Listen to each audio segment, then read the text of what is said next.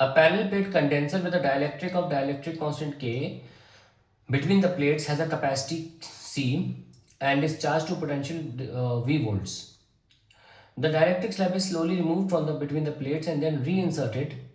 The net work done by the system in this process is net work done. अब देखिए क्या हो रहा है कि एक पैरेलल प्लेट कैपेसिटर है, इसमें डायलेक्ट्रिक इंसर्ट कर रहे, जब डाल रहे हो डायलेक्ट्रिक, मान लो यहाँ पे कहीं पहुँच जा रहा है डायलेक्ट्रिक, ठीक, डालते डालते हल्का यहाँ पे x डिस्टेंस तक इट हैज़ गॉन इनसाइड, और ये डिस्टेंस कितना है l माइनस एक्स बचा हुआ है। ऐसे में क्या होगा, इंडक्शन तो हो जाएगा इस समय पर, और ये खुद ही अपने डायलेक्ट्रिक को खींच लेगा।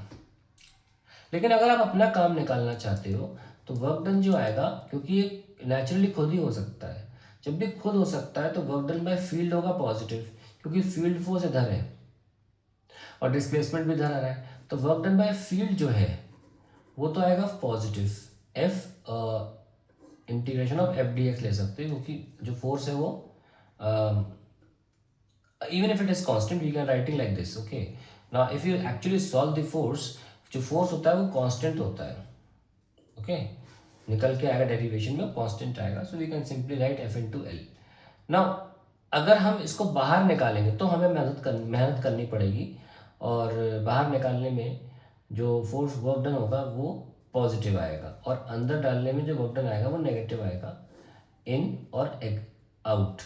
तो टोटल वर्क डन जो होगा टोटल वो जीरो आएगा, क्योंकि मैग्नीट्यूड में दोनों सेम आएंगे। तो नेट वर्क डन कोई पूछेगा, और क्योंकि जब when it is going inside I can simply write W is equals to f external d x, zero से लेकर एल तक, ऐसे बोल सकते हैं, जो भी एक्सटर्नल फोर्स है व्हाइल गोइंग इनसाइड, ये आएगा negative, because this can happen on its own.